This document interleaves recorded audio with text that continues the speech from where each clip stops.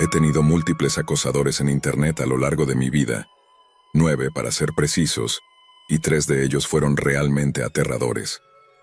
Alguien podría decir que debería aprender la lección y cerrar mis redes sociales, pero soy autora y artista autopublicada, y la única forma de promover mi trabajo es a través de Internet.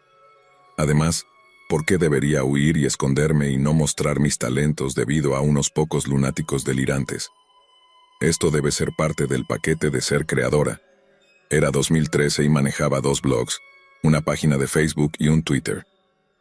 Mantendré los detalles vagos para no identificarme, pero ese año sucedió algo que fue históricamente significativo. Los nerds de la historia en todo el mundo estaban emocionados. Había dibujado una caricatura de un historiador loco involucrado en el evento, que se volvió viral en línea. Debido a esto, gané numerosos seguidores y atención, incluyendo la de un autor famoso que resulta ser mi amor platónico. Algunas de las reacciones fueron bastante negativas e incluso viciosas, pero hice amigos reales a través de ello. La vida era buena. También tenía un Tumblr donde blogueaba sobre este tema histórico. El blog evolucionó un poco hacia la música rock clásica, después de que la comunidad histórica allí se volviera tóxica con otros acosadores. Esa es una historia para otro día, pero te sorprendería lo desagradables y tribales que pueden ser los nerds de la historia. Eventualmente eliminé todo mi Tumblr y comencé de nuevo. Fue un gran alivio.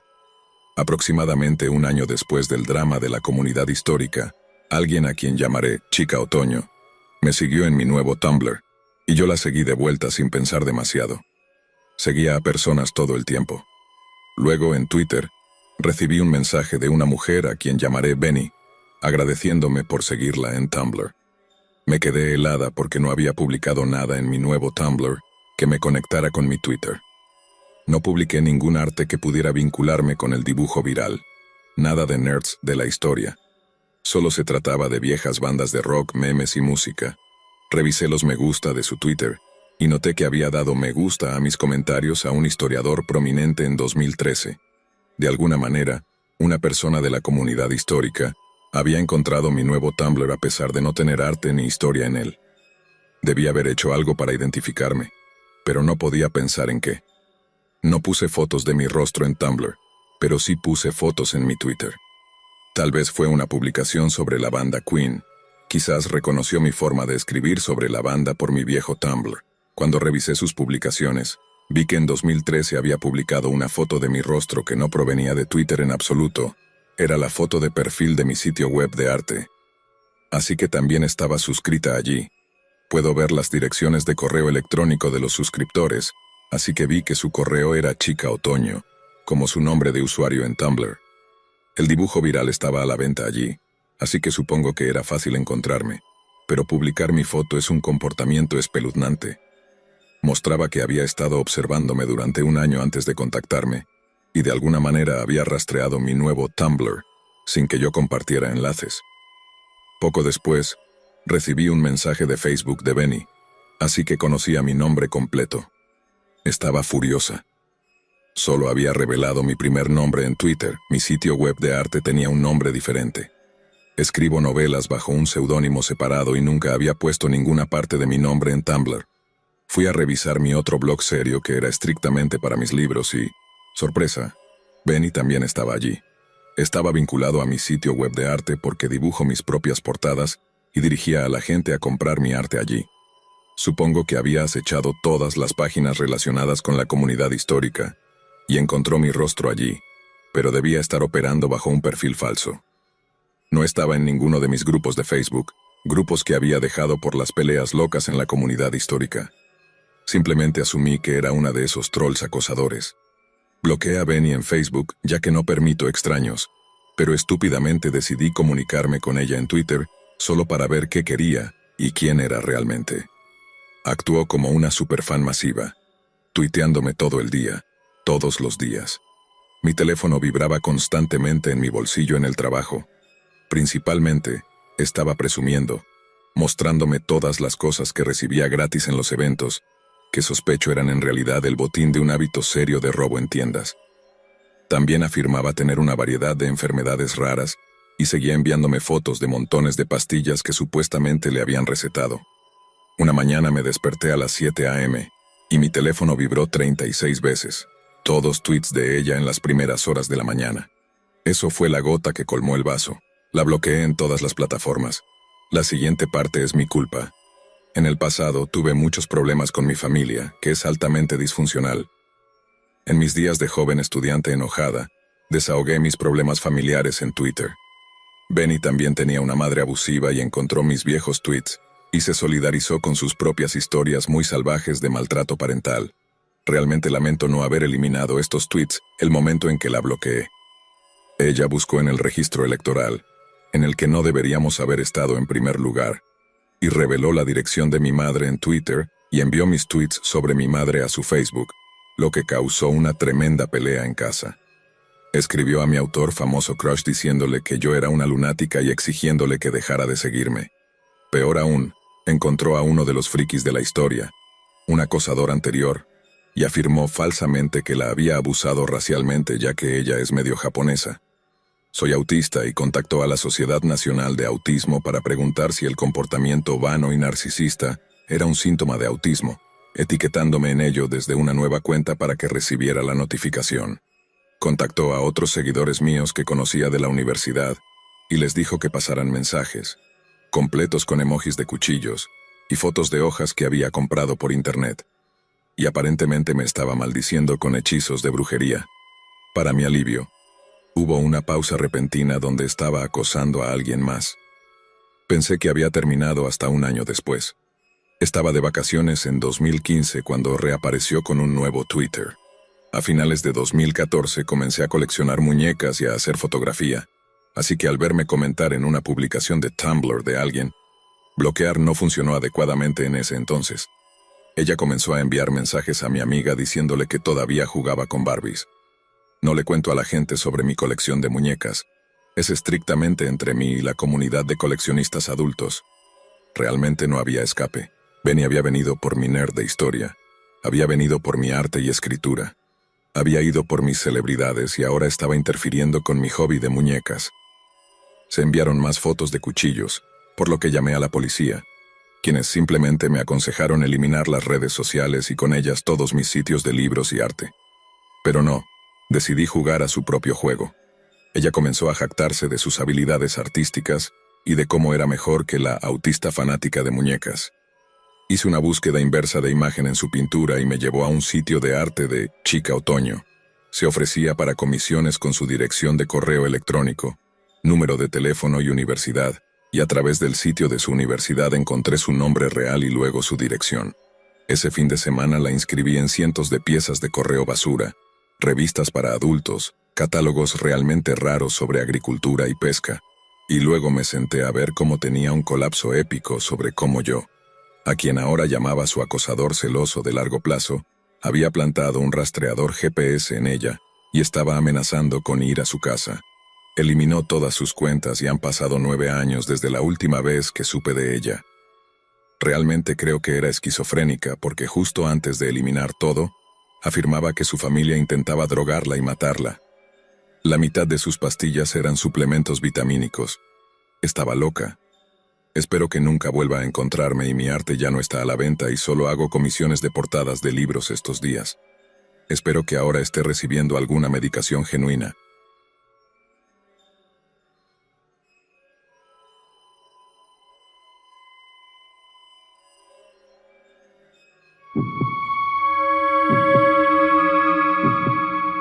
Esto me pasó en los años 80, cuando trabajaba en un banco en Richmond.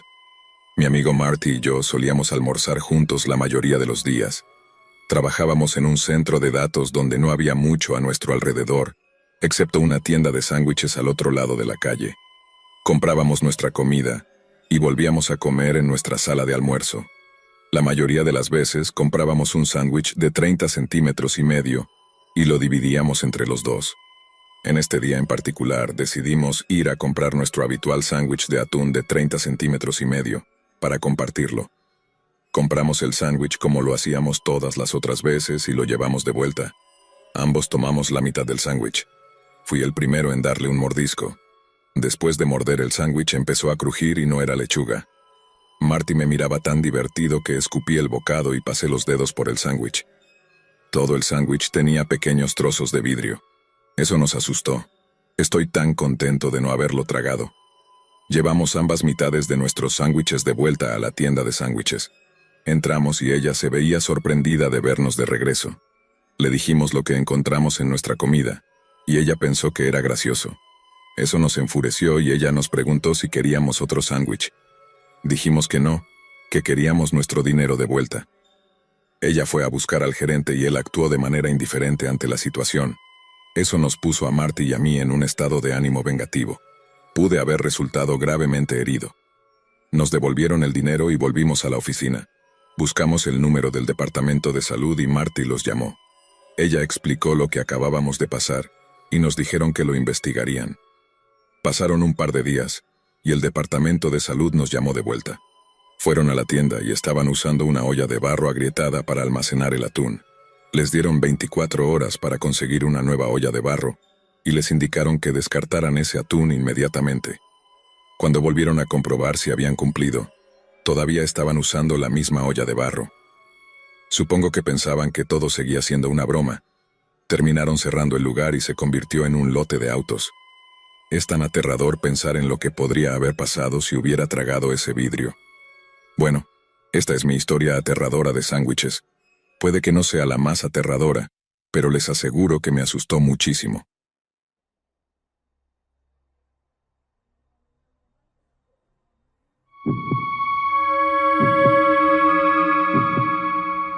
Creo en el poder de las acciones positivas.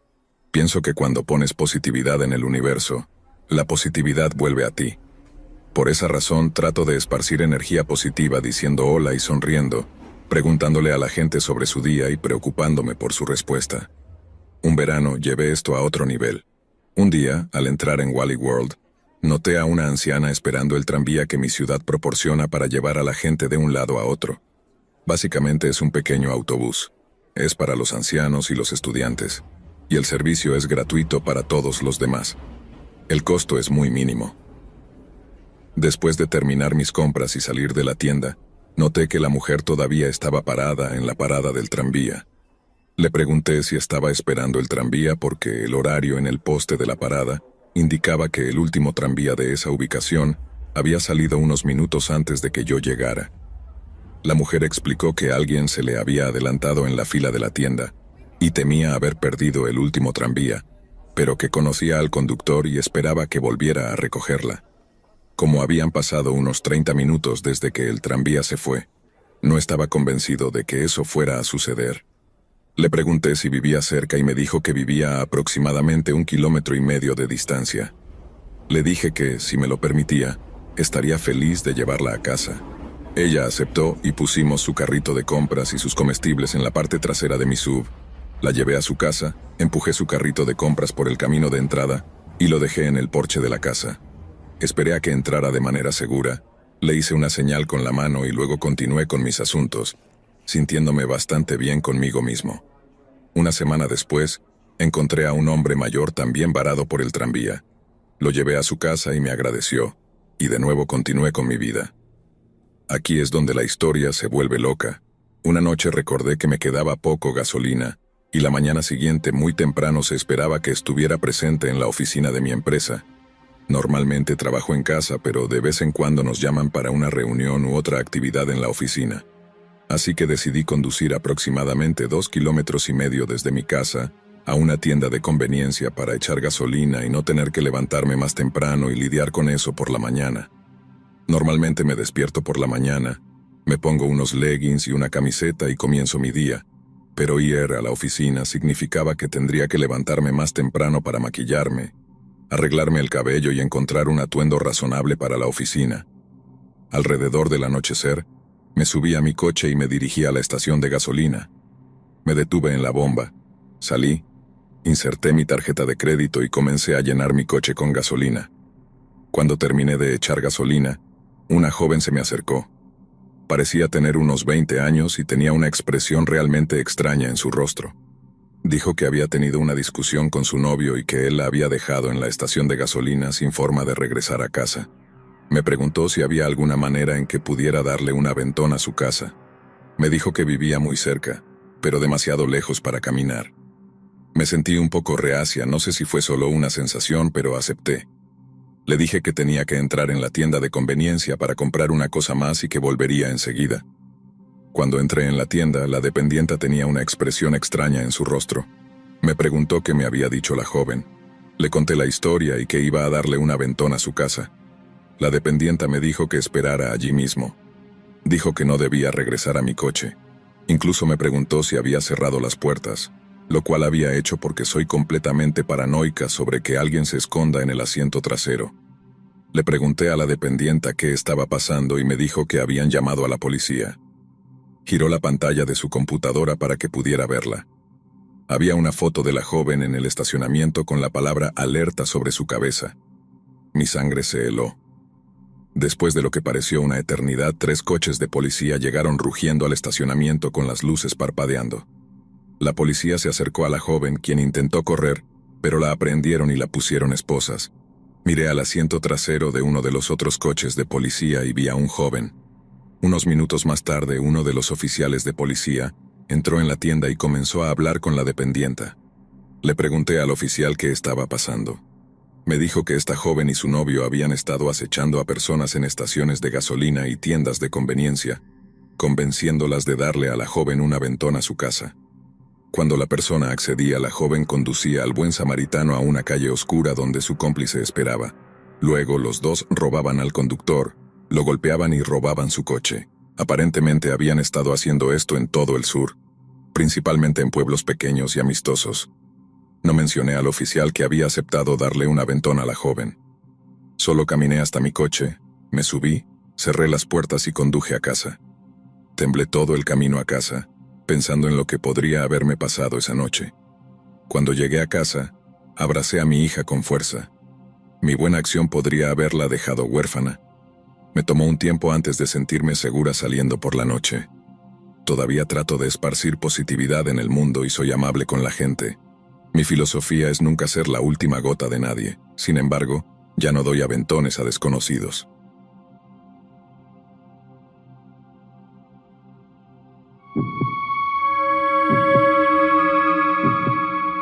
Hace unas horas escuché tu video reciente titulado Una hora de encuentros verdaderamente aterradores con acosadores. Creo que eran 12 historias.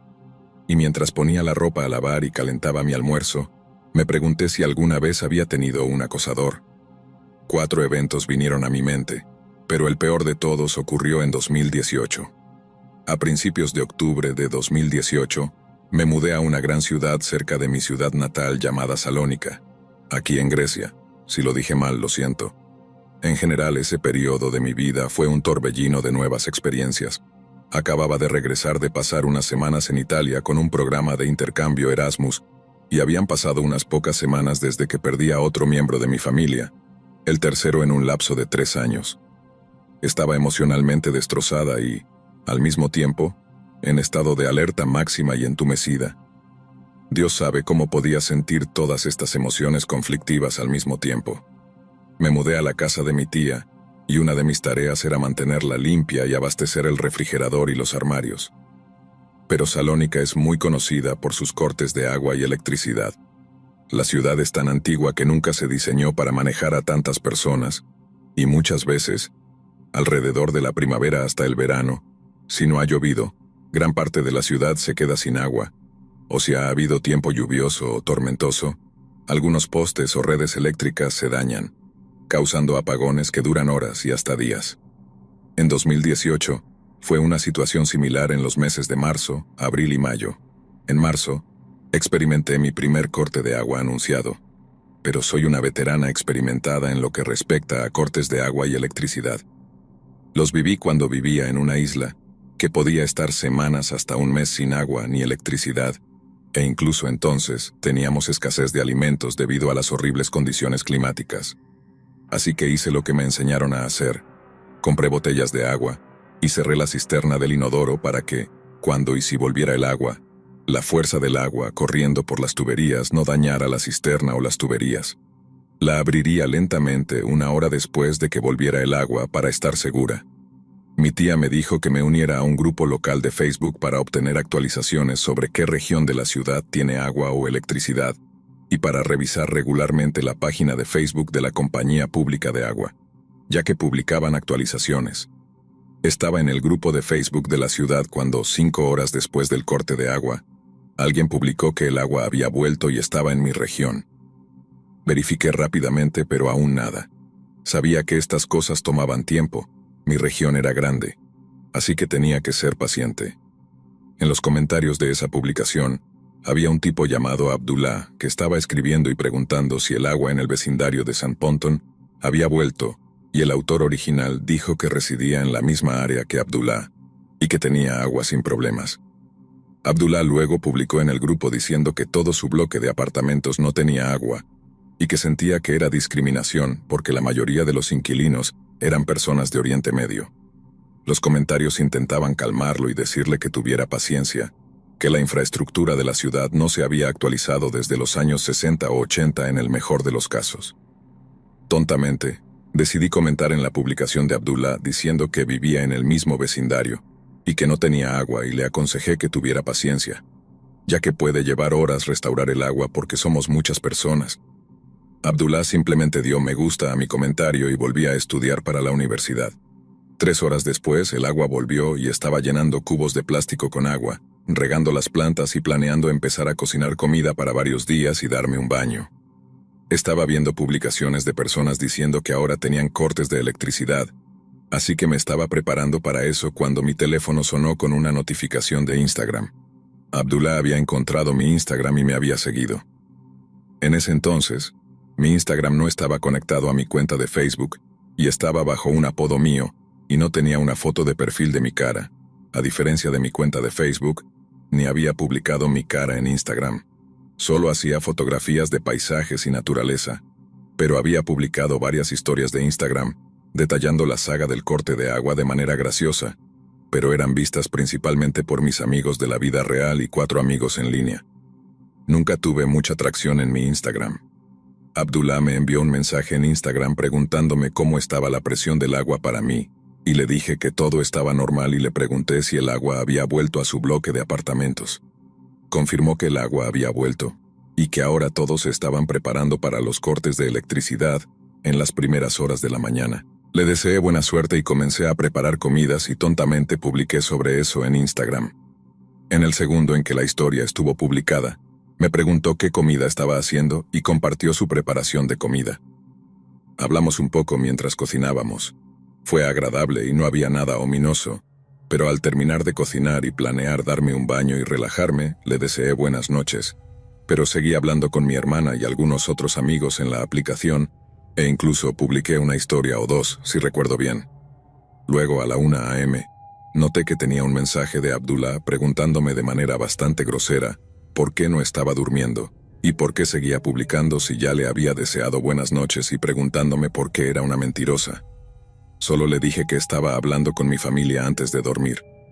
Luego comenzó a enviar múltiples mensajes llamándome mentirosa, porque había publicado que estaba viendo un programa de televisión mientras comía. Ignoré sus mensajes y los silencié, continuando mi noche pacíficamente.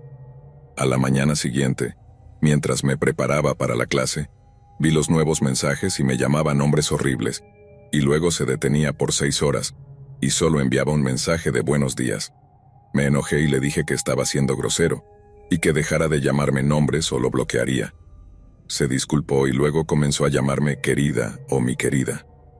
Esos apodos me dieron un escalofrío desagradable, y mi instinto me decía que era una mala señal. Ignoré los apodos y le pedí que no me llamara así porque no era su querida. Desde entonces me inundaba con me gusta en mis historias y fotos. Era cordial con él en los mensajes, pero el momento en que tardaba más de 1 minuto en responder a sus mensajes, comenzaba a llamarme nombres, y luego se disculpaba y me llamaba querida. Esto duró 2 semanas. Sé que debería haber terminado todo el primer día. Un día de esas 2 semanas estaba en un descanso entre clases y, como era la única mujer en mi clase, estaba pasando el rato con mis compañeros masculinos afuera, ya que la mayoría fumaba. Es cuando mi teléfono sonó con un mensaje de Instagram de Abdullah, preguntándome por qué estaba pasando el rato con tantos hombres, ¿Y por qué uno de esos hombres tenía su brazo sobre mi hombro? Confundida, miré a mi alrededor, pero no lo vi. Y el compañero que tenía su brazo sobre mi hombro notó mi postura tensa y escaneó conmigo el área cuando le conté sobre el mensaje espeluznante que había recibido. Estaba apoyando su brazo sobre mi hombro porque me estaba contando sobre la vez que se quemó con el sol, y discutíamos si el yogur frío podría aliviar la quemadura. Lo puede, por cierto. Le exigí a Abdullah que me dijera cómo sabía eso, y dijo que me había visto. Luego, audazmente, le dije que no estábamos saliendo y que era el siglo XXI, y que las mujeres pueden pasar el rato con quien deseen, y que no tenía que responderle. Estuvo en silencio por el resto del día. Al día siguiente estaba de vuelta en la misma clase con el profesor que nos había enviado a una asignación fuera del campus, teniendo una conversación divertida sobre Adobe Suite y la cantidad de veces que se le había bloqueado mientras estaba filmando un programa nocturno popular en mi país, y lo estresante que fue. Nos aconsejaba qué hacer cuando y si nos encontramos en una situación similar. Es cuando mi teléfono sonó con una videollamada de Instagram de Abdullah, interrumpiendo la clase. No sé qué cara puse, pero recuerdo el miedo y la ansiedad congelando mis manos y comencé a temblar. En ese entonces, Instagram te mostraba a la otra persona, pero ella no podía verte todavía. Tenías que aceptar la llamada y entonces se conectaba a tu cámara frontal. No tuve tiempo de hacer nada porque el teléfono fue arrebatado de mi mano y mi profesor respondió, fingiendo ser mi muy enojado padre, exigiendo saber por qué estaba haciendo una videollamada tan temprano en la mañana. Abdullah colgó mientras murmuraba una débil disculpa. Mi profesor no era un tipo grande, pero tenía una barba rubia espesa, el cabello rubio largo y rizado atado en una coleta. Usaba una bufanda de motociclista en el cuello y estaba musculoso con tatuajes. Su voz era atronadora, independientemente de si estaba feliz o enojado. Honestamente, cuando estaba enojado y nos gritaba, podría fácilmente interpretar a un dios vikingo en una película de Marvel. En el momento en que Abdullah colgó, me devolvió el teléfono y en broma me llamó su hija. Yo estaba congelada de shock. La clase continuó por 3 horas más. Después de la clase me quedé atrás y le agradecí por asustar a Abdullah y él sonrió, diciendo que había notado lo tensa que estaba la última vez que estábamos afuera, y recibí un mensaje, y comenzó a escanear el área. Sospechaba que estaba en una relación abusiva y no podía quedarse de brazos cruzados y mirar, pero me aconsejó que fuera a la policía de inmediato. Al salir del edificio busqué la estación de policía más cercana, y había una justo al otro lado de la calle desde mi campus. Solo tenía que cruzar la calle. Luego noté los mensajes no leídos de Abdullah, avergonzándome y diciendo que sabía a qué universidad iba, y que pronto descubriría dónde vivía porque sabía qué autobús usaba frecuentemente, y una vez que lo averiguara, vendría a vengarse por no ser buena con él. Ya había tenido suficiente y comencé a tomar capturas de pantalla de toda la conversación, y creé una carpeta en mi teléfono. Me tomó 10 minutos y luego decidí ir a la policía. Estaba saliendo del edificio cuando vi al compañero de clase de la historia de la quemadura de sol, y charlamos un poco, diciendo cómo se dirigía a la parada de autobús fuera del departamento de policía, y que deberíamos caminar juntos. Estábamos esperando la luz verde para cruzar la calle, cuando noté a Abdullah mirándome desde el otro lado de la calle, donde tenía que ir para llegar a la estación de policía. Me quedé boquiabierta y mi compañero notó todo, y me preguntó si ese era el tipo espeluznante y le dije que sí, sin hacer ningún movimiento físico que alertara que le había dicho quién era. Solo estaba parada congelada en una guerra de miradas con Abdullah, cuando mi compañero me agarró del brazo y comenzó a caminar rápido entre los coches en movimiento, diciendo que tenía que ir a la policía ahora y que sería mi testigo. Fuimos a la policía y lo denunciamos. Enviamos por correo electrónico las fotos al oficial que tomó mi caso y me avisaría si sucedía algo. Al salir del departamento de policía, mi compañero dijo que los ojos de Abdullah cuando me miraba estaban tan enojados que le asustaron. Fui muy cuidadosa durante el resto del año con mis hábitos de publicación. Cuando en el grupo de Facebook sobre la ciudad, el dueño del grupo anunció que Abdullah era un miembro baneado y que había sido arrestado por acosar e incluso atacar a mujeres en toda la ciudad, y nos dijo que estuviéramos atentos a sus muchos alias en línea. Estaba en shock, pero al mismo tiempo aliviada de que estuviera tras las rejas. Un año después, alrededor de mayo de 2019, recibí mensajes de texto desconocidos de alguien diciendo que vendrían a mi casa y me atacarían. Fui a la policía en el mismo departamento que antes, y para el mediodía me dijeron que era el nuevo número de teléfono de Abdullah y que había salido de la cárcel. Luego puse una orden de restricción contra él, y nunca he sido tan descuidada.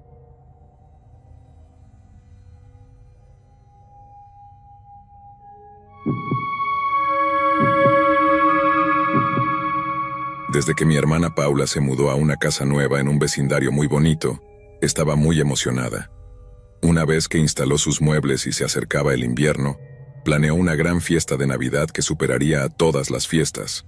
Contrató a un hombre y una mujer para el catering, quienes prepararon todo e incluso se llevaron los platos.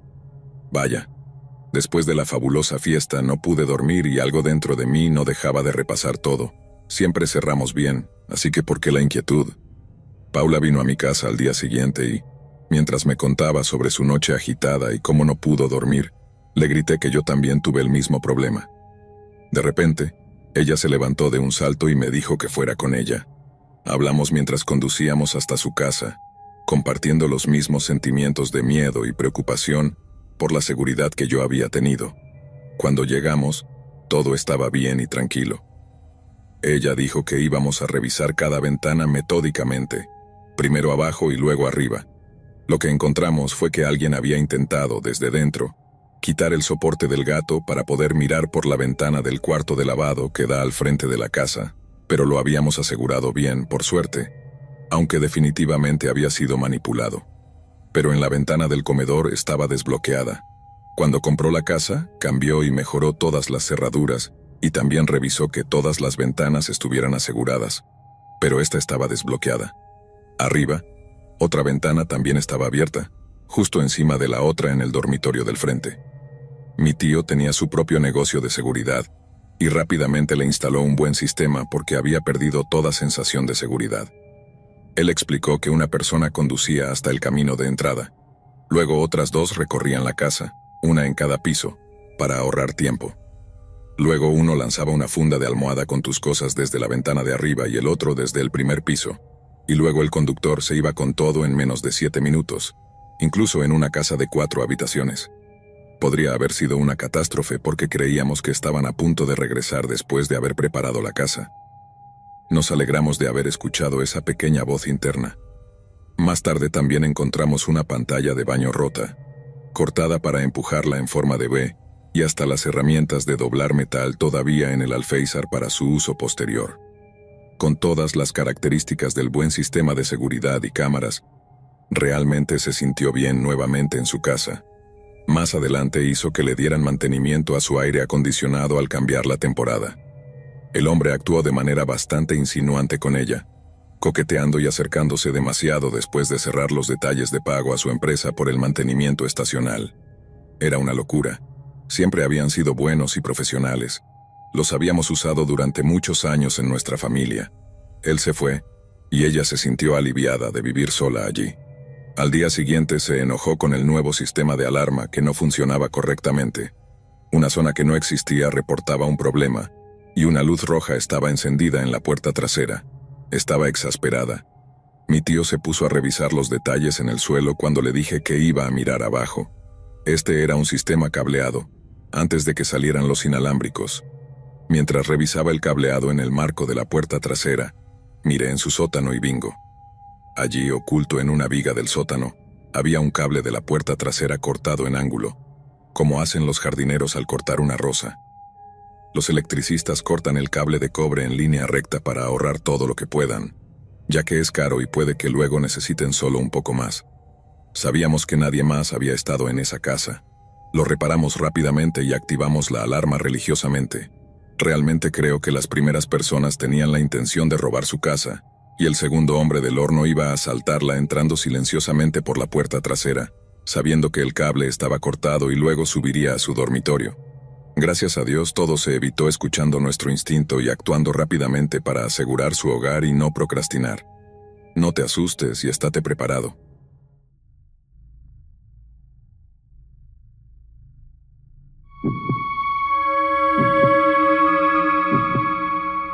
Actualmente resido en los Estados Unidos con mi esposo, pero lo que les voy a contar sucedió en una noche de miércoles normal para nuestra familia.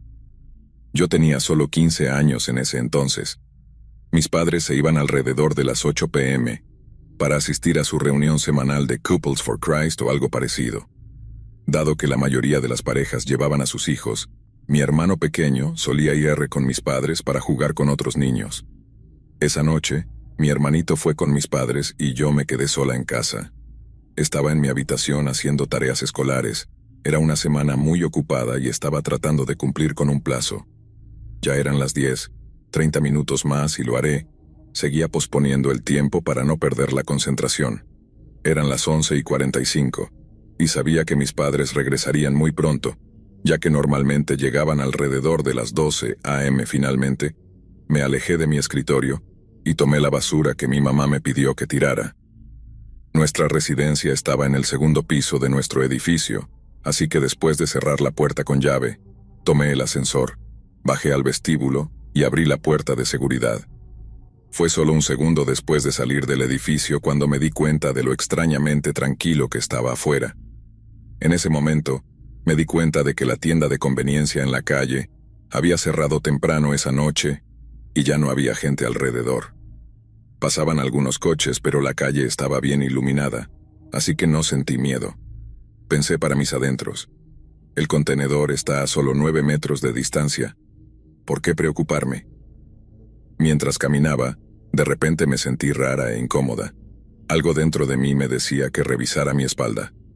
Cuando lo hice, vi a un hombre que apareció de la nada caminando en mi dirección. Dado que tenemos 4 edificios enfrentados, asumí que podría ser uno de mis vecinos, probablemente yendo al edificio al lado del mío. Así que seguí caminando hacia el contenedor y tiré la basura. Cuando me giré, el hombre seguía caminando hacia mí. Me di cuenta entonces de que en realidad caminaba despacio y me miraba fijamente. Era algo extraño, pero lo dejé pasar. No me preocupé, ya que el tipo llevaba ropa normal. No parecía estar ocultando su apariencia, sin sudaderas con capucha o guantes, ni nada que pudiera considerarse alarmante. Era un hombre grande, como de más de 1,90 m y algo, pesando alrededor de 90 kilos o un poco más. Cabe destacar que yo tenía solo 15 años en ese momento, y medía solo 1,64 m. El contenedor está en un callejón sin salida, así que no había otro lugar a donde ir. Decidí seguir mi camino, sabiendo que íbamos a cruzarnos. Traté de mantener distancia de él, así que caminé en la dirección opuesta. Fingí no notar su presencia, como si mi mente estuviera en otra parte. Intenté no hacerlo incómodo ni darle señales equivocadas. Mi corazón latía con fuerza y mis instintos me decían que corriera, pero decidí no sobreactuar. Cuando miré por encima de mi hombro esta vez, el hombre ya no caminaba hacia el edificio que pensé que iba. Parecía haberse dado la vuelta y ahora caminaba hacia mí lentamente. Tenía esa mirada fría y escalofriante, como si estuviera a punto de hacer algo.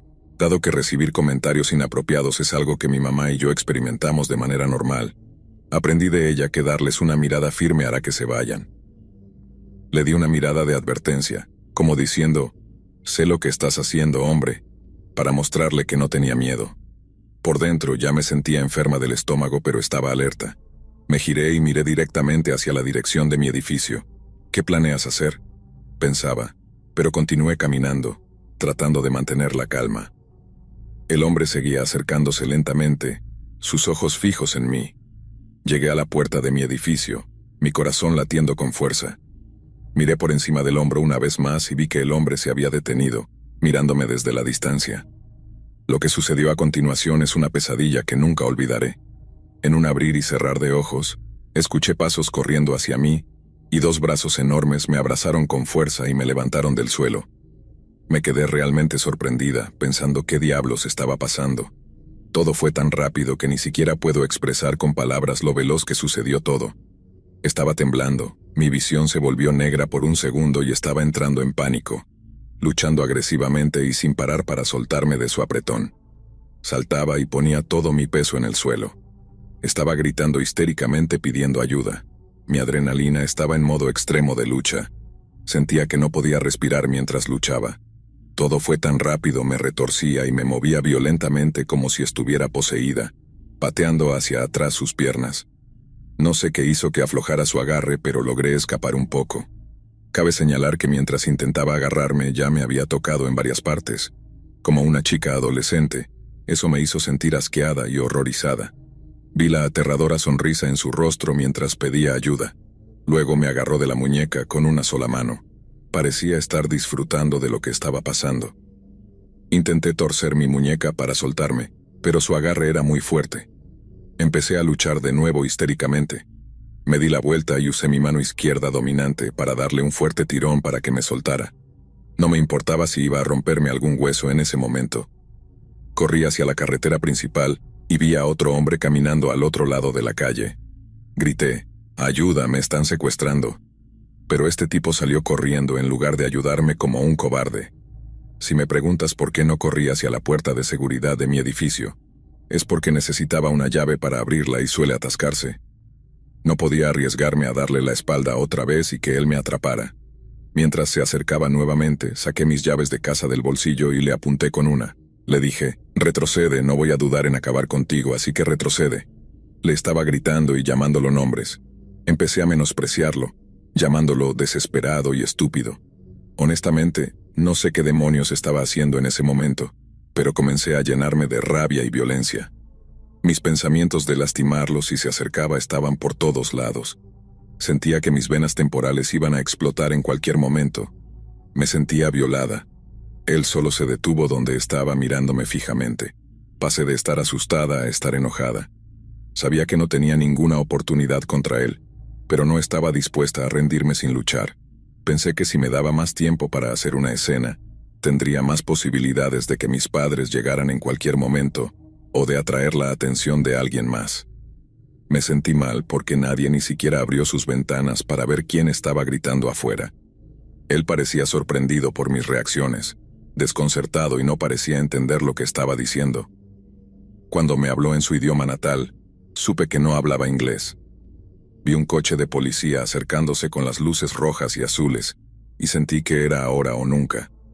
No me molesté en hacerle señas o llamar su atención porque antes me habían acosado los policías también, así que utilicé esa distracción para correr rápidamente hacia mi edificio. Tenía los ojos puestos en la cerradura, pero en cuanto inserté la llave, mis manos temblaban violentamente. No podía meter la llave en la cerradura. Seguí mirando hacia atrás mientras intentaba desbloquear la puerta de seguridad. Cuando vi que él volvía hacia mí, logré entrar al edificio y cerré la puerta rápidamente. El tipo salió del ascensor de nuestro edificio, así que corrí hacia el ascensor y lo presioné antes de que se cerrara. Presioné rápidamente el botón de cerrar mientras veía al hombre colarse por la puerta de seguridad cuando mi vecino la abrió. Nuestros ojos se encontraron por una fracción de segundo, mientras seguía presionando frenéticamente el botón de cerrar del ascensor muchas veces. Estaba lista para darle una patada donde no brilla el sol si intentaba entrar. Corrió para atraparme, pero ya era demasiado tarde. El ascensor ya estaba cerrado. Todavía en pánico, preparé mi llave de casa en mi mano mientras escuchaba sus pasos pesados subiendo las escaleras, mientras estaba dentro del ascensor. Sentí que el tiempo se detenía dentro del ascensor mientras temblaba. Me dije a mí misma que esto no podía estar pasando. Tan pronto como se abrieron las puertas del ascensor, corrí directamente a la puerta y la abrí rápidamente. Me metí y la cerré con llave mientras escuchaba sus fuertes pasos llegando al segundo piso donde yo estaba. En ese punto estábamos literalmente a unos pocos metros de distancia el uno del otro. No tenía idea de que estaba detrás de una de las puertas cerradas que él estaba mirando. Lo escuché subir las escaleras hacia el tercer piso, así que corrí rápidamente a mi habitación para coger mi teléfono y llamar a mis padres, pero no pude conectarme. Intenté enviarles un mensaje de texto, pero el mensaje no se enviaba. Mi tarjeta de prepago estaba agotada. Abrí la ventana del dormitorio de mis padres y grité, «¡Ayuda! ¡Ayuda! ¡Alguien ayúdeme!». Busqué algo que pudiera usar como arma, y recordé que mi papá tenía una barra de metal pesada de unos 5 centímetros de grosor detrás de la puerta del dormitorio. Me quedé detrás de la puerta escuchando en silencio. Pasaron unos minutos y escuché golpes en la puerta. Sí, eran lentos, pero me dieron escalofríos. Fui a la sala de estar para mirar por la mirilla, y era el hombre que todavía no había dejado de perseguirme. Estaba golpeando mientras decía, «Cariño, abre la puerta», en su idioma natal. Corrí a la cocina para tomar un cuchillo grande y luego a la lavandería para llevar la plancha conmigo. Ahora tenía 3 armas conmigo, pero aún así no me sentía segura. Él estaba girando la manija, tratando de abrirla y luego tirando de ella, diciéndome que saliera. Esto se estaba volviendo violento. La puerta estaba temblando. Era solo de vidrio con papel diseñado no transparente. Conecté la plancha cerca de la puerta y la puse a alta temperatura. Me dije a mí misma que si rompía uno de los pequeños vidrios de la puerta, iba a agarrarle la mano y plancharlo.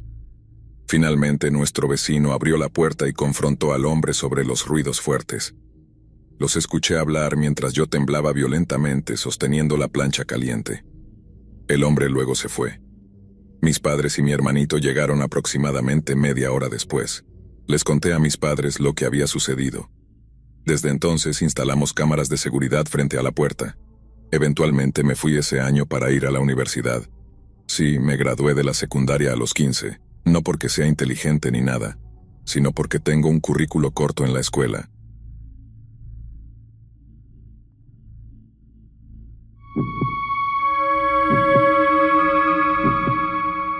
Esto le sucedió a mi mamá hace poco más de un año. La amiga de mi mamá dirige una escuela Montessori.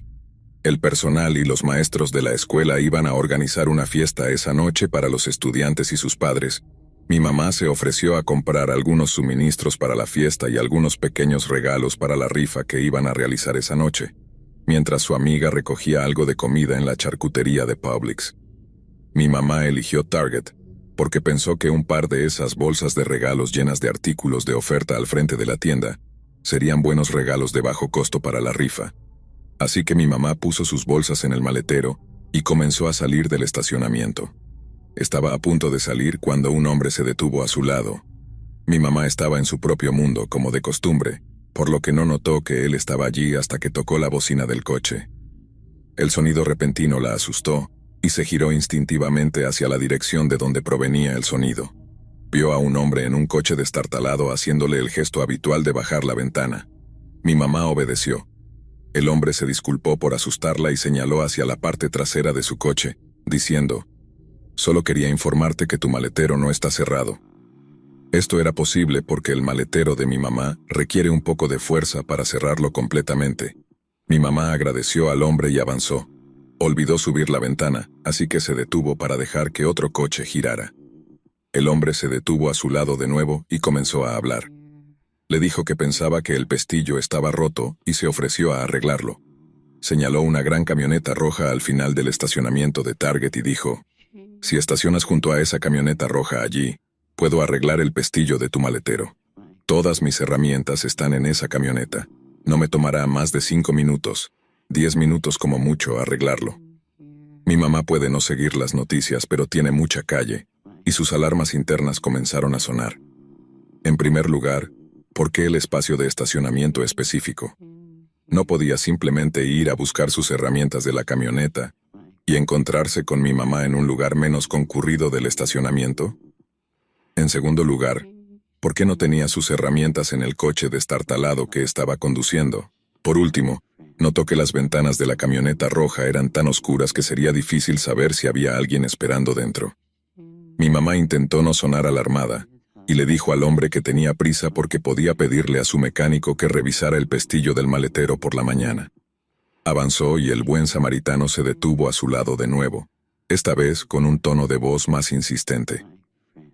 Se inclinaba un poco fuera de su ventana y dijo: «Señora, si tu maletero se abre no podrás ver si alguien está detrás de ti. Podrías causar un accidente. Déjame arreglarlo por ti». Mi mamá ya había pasado el punto de ser amable. Usar un tono amenazante con ella es una forma segura de hacer que haga exactamente lo contrario de lo que quieres. Así que se volvió hacia el hombre y dijo: «Mira, tengo mucha prisa ahora. Si esto te hace sentir mejor, conduciré despacio para que el maletero no se abra». Antes de que el hombre pudiera decir algo más, avanzó de nuevo, lista para girar hacia la calle. Rezó en silencio para que el hombre la dejara en paz, pero estaba tan nerviosa que no volvió a subir la ventana.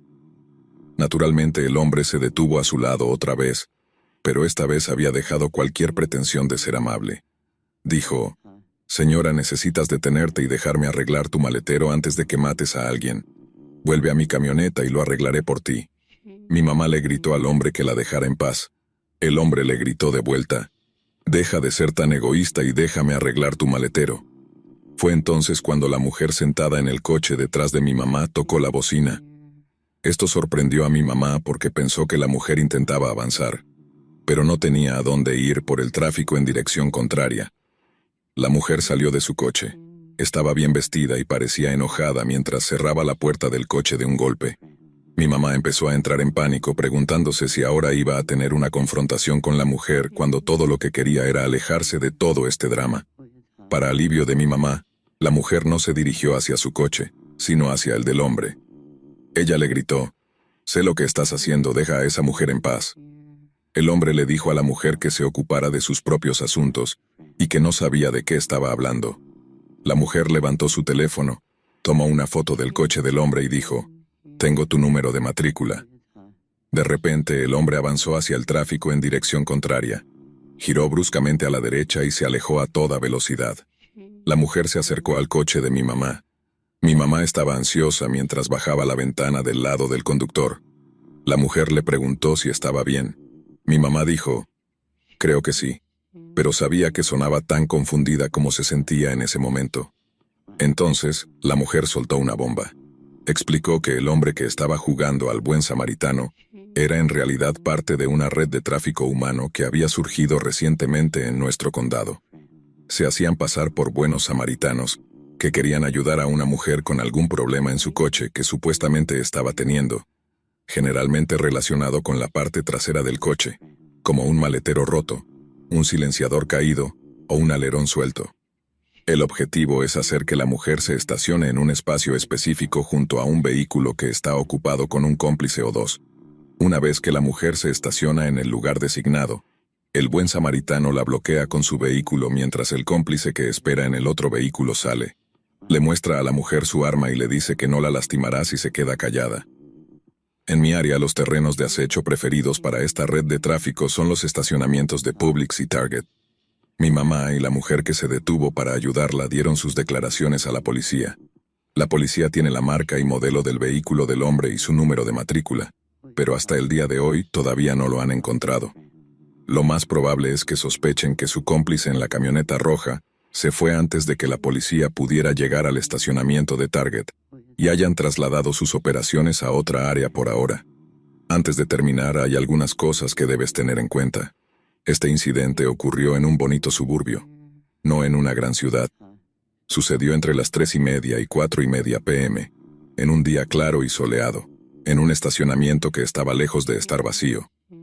Por último, mi mamá tenía unos 67 años cuando esto ocurrió. Por favor, independientemente de tu edad o género, siempre sé consciente de tu entorno. Y si un extraño se te acerca en un estacionamiento y te ofrece arreglar un problema que supuestamente tiene tu coche, piénsalo 2 veces antes de aceptar esa oferta.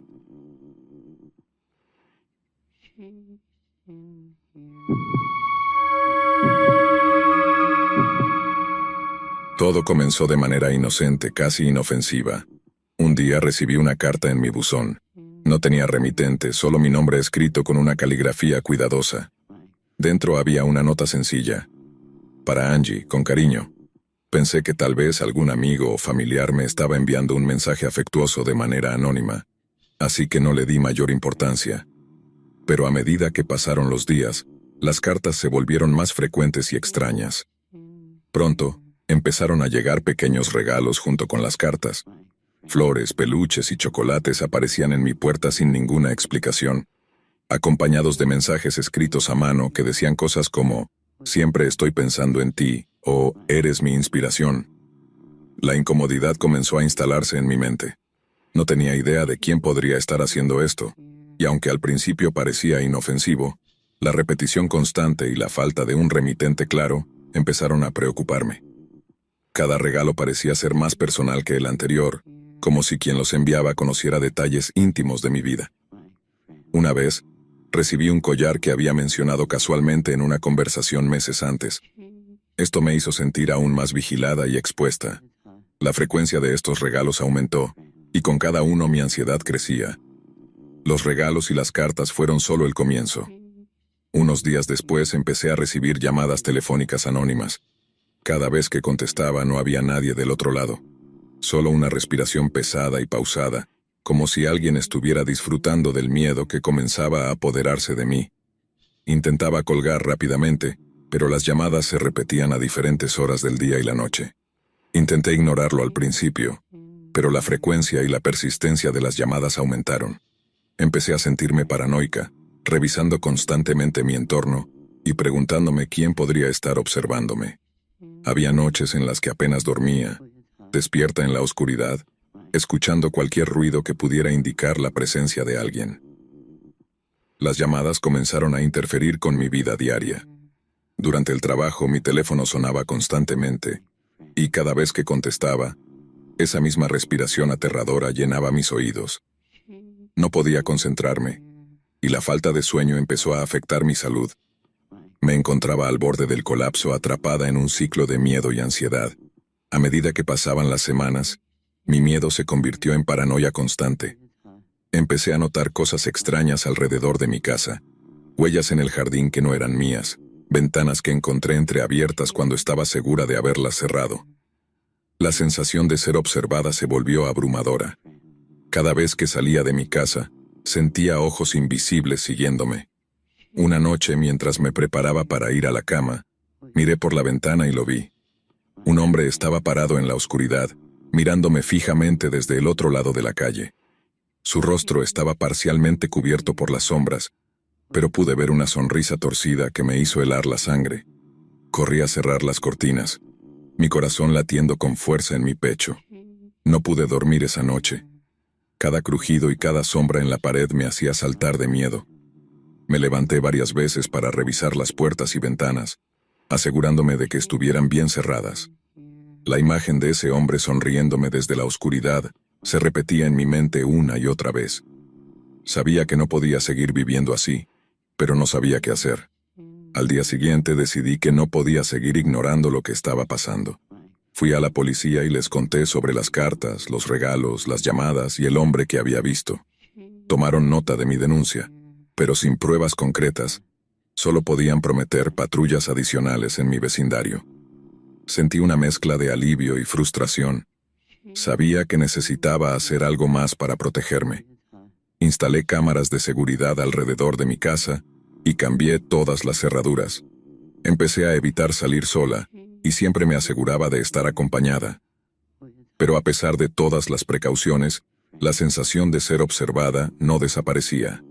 Las cartas y los regalos seguían llegando, y aunque las llamadas disminuyeron, no se detuvieron por completo. Cada vez que revisaba las grabaciones de las cámaras de seguridad, esperaba encontrar algo que pudiera ayudarme a identificar al acosador, pero siempre terminaba decepcionada. Las imágenes eran borrosas y la figura que captaban era indistinguible. El miedo y la frustración me estaban consumiendo lentamente. Una noche, mientras revisaba las grabaciones de las cámaras de seguridad, vi algo que me hizo estremecer. En varias ocasiones había captado a un hombre merodeando cerca de mi casa. Siempre aparecía después del anochecer, moviéndose con cautela y asegurándose de no ser visto.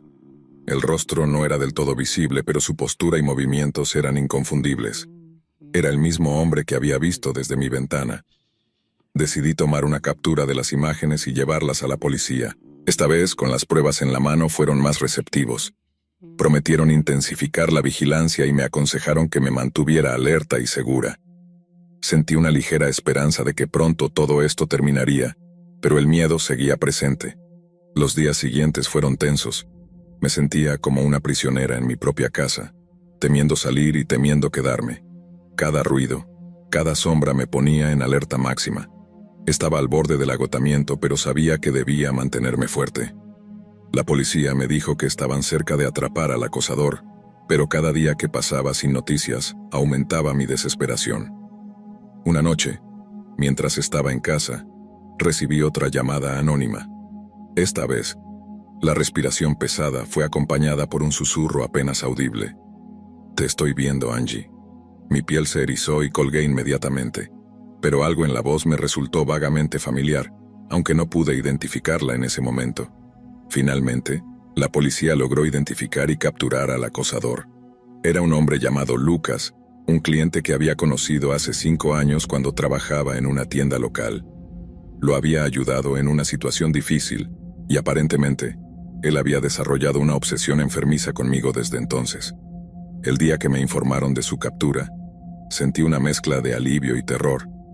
Alivio porque finalmente estaba a salvo, pero terror al saber que alguien a quien había ayudado una vez podía haber desarrollado una obsesión tan retorcida. No podía evitar preguntarme cómo no había notado antes las señales. La policía me llevó a su casa para que viera lo que habían encontrado. Lo que vi allí fue más aterrador de lo que jamás podría haber imaginado. En una habitación oscura y maloliente, había muñecas con mi cara pegada en ellas, manchadas con semen. Fotos mías en diferentes momentos de mi vida estaban pegadas en las paredes, algunas tomadas desde ángulos que solo un acosador podría haber capturado. Había cartas, regalos y otros objetos personales que había dejado en mi casa. El horror y la repulsión que sentí al ver eso fue indescriptible. Mi mente no podía procesar cómo alguien podría estar tan obsesionado y ser tan retorcido. Me sentí violada. Mi privacidad y mi seguridad habían sido completamente destrozadas. Lloré en silencio, abrumada por la magnitud de la situación. Los oficiales trataron de consolarme, asegurándome que Lucas no podría hacerme daño nunca más. Pero las cicatrices emocionales eran profundas. Sabía que me llevaría mucho tiempo recuperarme de todo esto. Cada vez que cerraba los ojos veía las muñecas, las fotos, y sentía una ola de pánico. Los días y semanas siguientes fueron difíciles. Tuve que enfrentar el trauma y el miedo residual que el acoso había dejado en mí. La policía me brindó apoyo y también recibí ayuda psicológica para superar la experiencia. Lentamente, comencé a reconstruir mi vida, aunque las cicatrices emocionales aún persisten. Aprendí a ser más cautelosa y a tomar medidas adicionales para proteger mi privacidad y seguridad. La experiencia me enseñó que el peligro puede acechar en cualquier lugar y que es crucial estar siempre alerta y preparado. Empecé a compartir mi historia con amigos y familiares, buscando apoyo y comprensión. Poco a poco sentí que recuperaba mi fuerza y mi confianza. Aunque Lucas estaba tras las rejas, la paranoia no desaparecía por completo. Cada vez que recibía una carta o un paquete, mi corazón se detenía por un momento. Pero con el tiempo aprendí a controlar ese miedo y a no dejar que dominara mi vida. Empecé a recuperar mi rutina diaria, a disfrutar de las pequeñas cosas nuevamente. La noticia de mi acoso se difundió rápidamente en el pequeño pueblo donde vivía. Al principio temía el juicio de la gente, pero para mi sorpresa, la comunidad se unió para apoyarme. Vecinos, amigos y conocidos se acercaron para ofrecer su ayuda y solidaridad. Sentí una calidez y un sentido de pertenencia que nunca había experimentado antes. Los vecinos comenzaron a organizar patrullas nocturnas para asegurarse de que me sentía segura en mi hogar. Mis amigos más cercanos se turnaban para quedarse conmigo por las noches, para que no estuviera sola. Este apoyo incondicional me dio fuerzas para enfrentar el trauma y comenzar a sanar. Lentamente empecé a recuperar mi vida. Volví al trabajo, aunque con una vigilancia renovada. Mis colegas fueron comprensivos y me brindaron su apoyo incondicional. Comencé a tomar clases de defensa personal, no solo para sentirme más segura, sino también para recuperar la confianza en mí misma. Las sesiones de terapia también jugaron un papel crucial en mi recuperación. Mi terapeuta me ayudó a procesar el trauma y a desarrollar estrategias para manejar la ansiedad y la paranoia. Cada sesión era un paso hacia adelante, un paso hacia la reconstrucción de mi vida y mi identidad. El incidente me hizo reevaluar muchas de mis relaciones y la manera en que me conectaba con los demás. Me volví más selectiva con las personas a las que permitía entrar en mi vida. Aprendí a establecer límites claros y a comunicar mis necesidades y preocupaciones de manera efectiva. También me acerqué más a mi familia. Mis padres y hermanos fueron un pilar fundamental durante todo este proceso. Pasé más tiempo con ellos, disfrutando de su compañía y redescubriendo la importancia de los lazos familiares. Las experiencias compartidas y el amor incondicional de mi familia se convirtieron en una fuente de consuelo y fortaleza. Aunque la experiencia fue aterradora y dejó cicatrices profundas, también me enseñó valiosas lecciones. Aprendí a valorar mi seguridad y bienestar por encima de todo.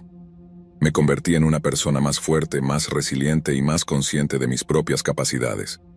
Decidí usar mi experiencia para ayudar a otros. Comencé a participar en programas de concientización sobre el acoso y la violencia. Compartí mi historia en foros y grupos de apoyo, con la esperanza de que mi testimonio pudiera ayudar a otros a sentirse menos solos y a encontrar el coraje para buscar ayuda. La experiencia del acoso cambió mi vida de maneras que nunca imaginé. Me enfrenté a mis peores miedos y salí más fuerte del otro lado. Aunque las cicatrices emocionales todavía están presentes, he aprendido a vivir con ellas y a no dejar que definan quién soy. Ahora, cada vez que miro hacia atrás, veo no solo el horror y el miedo, sino también la increíble fortaleza y resiliencia que descubrí en mí misma. Mi historia es una advertencia y un recordatorio de que el peligro puede estar más cerca de lo que pensamos, pero también es un testimonio de la capacidad humana para superar incluso las experiencias más aterradoras.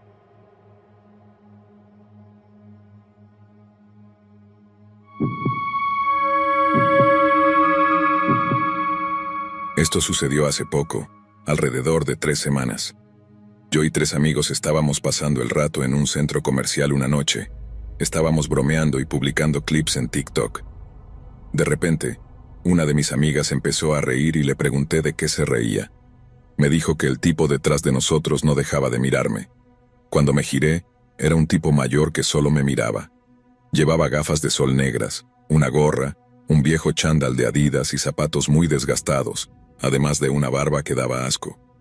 Mis amigas pensaron que era muy gracioso, pero a mí me pareció realmente raro. Entonces, otra de mis amigas dijo que pensaba que ese tipo vivía en su calle, a unas pocas casas de distancia. Dijo que en realidad él la seguía en TikTok. En ese momento saqué rápidamente mi teléfono para verificar si me estaba siguiendo, y efectivamente lo hacía. Tuve que bloquearlo porque me parecía un poco creepy. Queríamos ir a McDonald's antes de regresar a casa y recibí un mensaje en TikTok de alguien. Era ese tipo que nos había estado siguiendo. Su nombre era Amadeo, y escribió: ¿Por qué me bloqueaste? Con 2 emojis, uno con cara llorando y otro con cara enojada. Había creado otra cuenta ese mismo día en el centro comercial. Bloqueé esa cuenta también, esperando que fuera el fin del asunto. No mencioné esto a mis amigas esta vez, sabiendo que solo se reirían. Esa noche, estaba despierta hasta tarde con Netflix de fondo mientras chateaba con mis amigas en Facebook. Mientras estaba revisando TikTok me levanté para usar el baño y cuando regresé, tenía 3 mensajes de mis amigas, todos diciendo lo mismo, algo como: ¿quién está en tu habitación? ¿Y qué pasa con tu última publicación? Les pregunté de qué estaban hablando y me dijeron que revisara mi TikTok, así que lo hice. Era un clip de mi dormitorio. Alguien había tomado mi teléfono y grabado el interior de mi habitación. En ese momento, escuché un crujido y luego una voz de hombre diciendo: «Lo siento, por favor no grites». Me giré para ver la puerta de mi armario ligeramente abierta. Empecé a gritar cuando el mismo tipo que nos había estado siguiendo salió de mi armario e intentó cubrirme la boca. Gracias a Dios grité lo suficiente para que mis padres lo escucharan. Subieron corriendo y mi papá derribó al tipo al suelo. Llamaron a la policía y fue arrestado. Nos informaron que el tipo había admitido directamente que me estaba acosando y que había entrado en mi habitación. Una de mis amigas señaló que si volvía y miraba las publicaciones en TikTok desde cuando estábamos en el centro comercial, se podía ver a Amadeo en casi todas las fotos en algún lugar del fondo. No sé qué va a pasar con Amadeo, pero solo espero que nunca se acerque a nosotros de nuevo.